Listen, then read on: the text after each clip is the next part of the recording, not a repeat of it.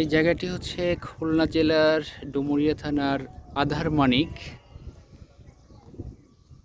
একটি প্রাকৃতিক দুর্যোগের এলাকা, যেখানে শুধু চিংড়ি চাষ করা হয়। চারিদিকে শুধু ঘের ঘের,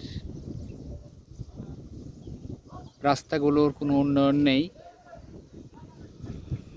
পানির চাইতে রাস্তাটা অনেক নিচু। দেখাই যাচ্ছে কতটা কষ্ট করে এলাকার মানুষজনের জীবনযাপন করতে হয়। আমরা যারা ঢাকা শহরের অট্টালিকায় থাকি, আমরা হয়তো কখনো চিন্তাও করতে পারবো না এমনি একটি পরিবেশে বসবাস করার। অথচ এই মানুষগুলোর কঠিন শ্রমের মধ্য দিয়ে যেই মাছগুলো উৎপাদন হয়, সেই মাছগুলো ঢাকা শহরে যায়। আমরা আমাদের ছেলে মেয়েদের খাইয়ে সেটা পুষ্টি করি।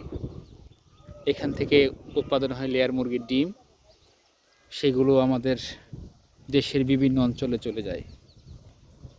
অনেক কষ্টের এই অঞ্চলের মানুষগুলোর জীবন।